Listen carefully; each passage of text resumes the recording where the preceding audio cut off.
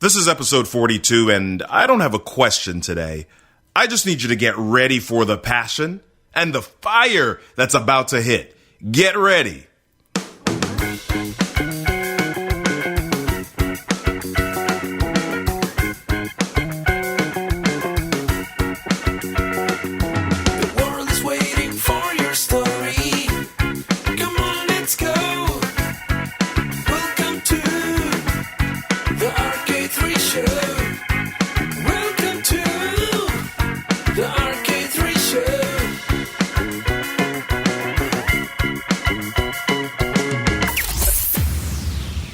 Hey, welcome to the Ep43 show. I'm Robert Kennedy III, Ep3, that's me, and I know for a fact that you're going to love the show today. Today's guest is just as fired up about life as I am, and I can't wait to get to the interview today. But before I tell you about him, I want to remind you of some of the other great episodes we've had recently, especially in the area of leadership, which we'll talk about today. Check out episode 36 with Linkage CEO Jennifer McCullum, episode 31 with Men Impact Change founder and CEO Sunny Zhao, and then for some fire, hop back over to episode 17 with Jeff Tatarchuk, where he talks about his Fruition Lab, cyber currencies, and entrepreneurship. I know you'll love those episodes. Now, before we get to the show today, I wanted to share with you a voicemail I received from a listener. Hi, Robert. Good morning. This is Mark. Just wanted to reach out to you, man. I just listened to your episode 30 in your podcast series about dealing with the imposter syndrome. Just wanted you to know how moved I was by it. Like myself, I believe there are many people who are, struggling with the greatness that they have inside of them, and there are things that are inhibiting them. And from this podcast and other podcasts that you put out there, you're giving us some valuable information about how to deal with things that are holding us back, how we're waiting unnecessarily to put in place the things that God has placed in us. And I just wanted to let you know, man, how much I appreciate what you're doing. Hey, Mark, thank you so much for taking time to leave that message and just share with me your thoughts about that episode 30 on dealing with imposter syndrome. Now, Mark felt not only moved to share his thought, but moved to do something greater in his business. So I want to hear what great idea you implement next, Mark. Let us know. All right. If you want your message played on the show, just like Mark, head over to robertkennedy3.com/voicemail. That's robertkennedy3.com/voicemail, and I'll check it out. Let's jump into today's show. My guest, Robb Holman, is an internationally recognized leadership expert, executive coach, keynote speaker, podcast co-host, and best-selling author who has a heart for authentic relationships and a true talent for equipping people with the skills and the knowledge necessary for their success. Robb has authored the books Lead the Way, and I want you to check out his brand new release, All In, which you'll hear a little bit about today. Robb Holman has a story, so let's tell it. My guest today is an amazing person. I know that you're going to love him. You're going to love his energy. You're going to love his style. You're going to love everything about him. You're going to want to know more about him. As a matter of fact, you can hit him up. Go to his website, robbholman.com. Guess what? It's not just Robb with one B. It's Robb with two Bs. Robb, R-O-B-B, Holman, Holman.com. My man, Robb, how are you today? Robert, great to be with you. A joy. Listen, if our show is going to have anything to do with what went on before you push the go button, man, we are in for something special, because with your high energy, my high energy, when there is high energy, a lot of enthusiasm, a lot of passion, that's where the magic happens. So It is a complete honor and joy to be with you. Man, I love it. I think I don't know if people need to know this, but we've had a couple of conversations, and those have been such passionate, such just amazing energies. Every time I've left our conversations, I've felt like fired up and ready to move heaven and earth, man. Right back at you. Well, there is something said, isn't there, though, about just like-minded, like-hearted people. When there's synergy, there's life. And then the life begins to grow and enhance and multiply and reproduce itself. And so again, I'm just here to serve you and your audience, and a thrill to be with you. Excellent. Man. So let's talk a little bit about you, your journey, and how you've ended up here. I mean, we don't have to go through every single step, but let's talk about where you are now with leadership. Everybody has a space that they're in and something that they're passionate about and something that they love talking and maybe teaching others about. And you have a passion for leaders, man. Why is that such a big deal for you? Well, leaders, they're going to either be good leaders or not so good leaders, right? People are being influenced by others far more than they could even realize. Yeah. And I noticed at a very young age that people were following me. And I even sensed at a young age, 5, 6, 7 years old, that I had a bit of responsibility in that. Now, I didn't know all that meant, Robert, honestly. But I look around me and people were following me. And I was like, okay. So it at least got my attention.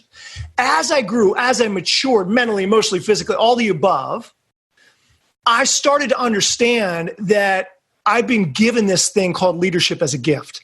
Wow. And what comes with this gift of leadership is a certain sense of responsibility that I can either lead people into good paths, good direction, or not so good paths or good direction.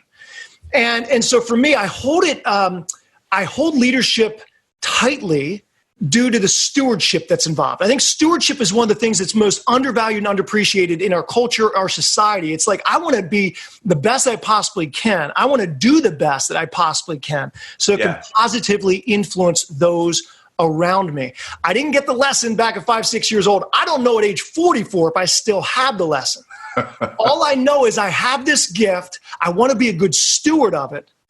And I just find myself in any given season, Robert, that God has provided a certain group of people, whether I speak in front of, I coach, I mentor, I train, I network with, right, that I can be a positive expression of life and goodness and positivity.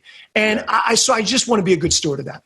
So I've got this triangle near my desk, and I've had it here for years. And it was something that was given to me, I believe, in the middle of the night. I don't know what it was, but it's a triangle, and there are 3 apexes. And on one apex, it says leadership. On one apex, it says communication. And then the other, it says relationship. And so I believe over the last few years, my purpose or my journey has been about really figuring out the intersection of those 3 things. And one of the things that it appears is a thread through your content is authentic relationships. So talk to me a little bit about what is an authentic relationship as opposed to something else that's, not?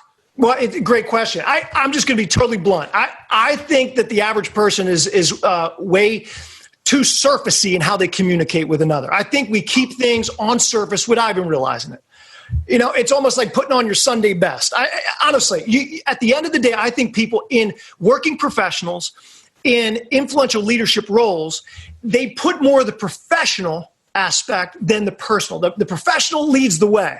And I'm here to say, if you want healthy, vibrant relationships where trust is built and fostered, wow, I believe you've got to start with the person first. And then you begin to enter into the profession. It's just like you're interested in people. What makes you tick? What makes you come alive? What are your gifts? What's your story? Yeah. And I find that we just bypass that. We kind of ignore it in the workplace and in life. Because if we begin to go down that road, it can be for some a bit of a vulnerable place to be. Yeah. And we have hurts and pains. Let's be honest. People have hurts and pains from their past, the times that they felt judged or times that they felt like people didn't understand me. And so there's a reluctancy or a willingness, even if people believe they should go there, many times they choose not to go there because of the risk involved in the process. Right. So I'm a huge cheerleader and become a huge advocate to encourage people and leaders to be real. Treat people in the workplace as human beings first, and getting to know them, what makes their heart beat, what makes their mind truly think, their life journey, their milestone markers along the way, so that it makes their profession come even that much more alive. And I call it my inside out leadership philosophy. Forget going from the outside trying to get in. Let's start on the in and let it work itself out. Communication, motivation, leadership, and more. You're listening to the RK3 Show. Hey there, just a quick reminder, if you haven't registered yet, go register for the web class. 5 simple strategies to get paid for public speaking. You won't regret it. If you have a story to tell or expertise to share, then you need to hop on this webinar. Isn't it time you got paid for your pain? Check the show notes and sign up today. And now, back to the show. So let's be real for a second, Rob. That can be a little bit messy, right? Because you can get people, you can ask questions that are personal, or you can get to a place where they will literally, and I'll use this very blunt and graphic term, they'll throw up on you, and you'll get a lot of stuff that maybe you didn't expect. And to navigate that in a professional environment can be challenging. So how does a leader navigate authentic relationship in, I'm going to put air quotes here, in a professional environment? Yeah, great point. There is a line. And I think that line is, being committed every time you're with a colleague, a business partner, a team member, getting to know an aspect of them personally that you never knew before. See, it doesn't mean necessarily we have to do a deep dive in the personal life to where we got to break out the tissue box every time and it turns into a full-fledged counseling session. Not necessarily what I'm talking about. However, are we committed to treat one another and do a little digging to get to know them as human being? And if so, we will be amazed with what we find out. And I'll get real practical with you, Robert. So what I do is the first time I ever sit down with someone that I've never met before, I oftentimes will say, hey, what are some points along your life journey that have led you up to do what you are doing today? And call them life milestones, call them memorable markers, call them whatever you want. But what I'm digging for is, give me some heart here. Give me some, I want to know who you are, because the better I get to know who you are, I can come alongside of you as a servant leader and serve, encourage, motivate, stir you up in even better ways than you can ever even ask or think. Awesome, man. So you've put some of this energy and information into books. One of them is Lead the Way, and you talk to people about introspection. How do you get to know the real you so that you can effectively lead the real them, right? And leading through that introspection. So tell me a little bit about that and how it's led you to this new project that we spoke about last time, All In. Yeah. Lead the Way. I've just observed something. I've had the joy and the honor to start 9 different organizations over the last 22 years, 6 for-profit and 3 nonprofit. And my personal experience coupled with this, Robert, this is key. Back just about 5 years ago, I came across a Deloitte University Press article, and alarming what I found in this article. And it did back up what all my previous just experience told me anyway. So I wasn't completely alarmed, but I was like, oh, now here's language to what I've experienced all the way along. And said this, that nearly 90% of workers, working professionals, are disengaged in what they do day in and day out. In other words, a lack of meaningful purpose and passion in what they do day in and day out. If that's not alarming enough, what was more alarming was nearly 80% were the leaders of those working professionals. Wow. So here that leaders, nearly 80% of leaders disengage from the work that they do day in and day out. Wow. And again, looking back at my experience, it has told me that. I think a lot of leaders, they enter into a new project, a new title, responsible, excited, overjoyed, have vision, but then life happens, business happens, the drama comes about. Now it becomes a burden. They can barely breathe. They're just trying to stay afloat. And they're not swimming in a pool of living water of energy and enthusiasm and passion any longer. So my experience telling me that, and now this real life article a few years ago that highlights that, and I said, something's got to be done about it. And so for me, my whole mission, and that the book Lead the Way lays it out, I wanted to start putting down on paper in a book form, what are my inside out leadership principles that people don't have to just kind of go through the motions any longer. Right. But we can actually realize if we want to make a difference in leadership, it starts with you and it starts with me as the leader. So that whole lead the way is all about personal leadership because you can only give what you got. Yeah. And when we understand who we are, why we exist, why we are here, now we can give that away to other people in our sphere of influence. You talk about effective, dare I say, transformational leadership, man. That's what it's all about. So in a sense, it starts to close the engagement gap that exists. Mm-hmm. And in that, then I started to realize, Robert, it ain't just about personal leadership. That was lead the way. But it's also about team leadership. And that's why I had to write a follow-up book called All In, because I noticed that if we keep things all to ourselves, man, we got to share the wealth. We got to share the riches with other people. And why not start with our team, those that work closely with us? And that's what All In's about. Excellent, man. So I'm going to take a little bit of a left turn here, right? And if you haven't gotten it yet, Robb, Double B Robb, has a lot of energy, right? And is that just natural, or is there something intentional about your energy when you are talking and engaging with people? What you see is what you get. I mean, I have been known, I'll say this, I have been known to get excited about watching paint dry. Yeah. But when I am talking about stuff, deep convictions of the heart, Robert, and that's what you and I are engaging in right now. When we're talking about leading yourself first and out of that place, effectively learning how to lead team members and others in your sphere of influence, man, it's like the top flies off.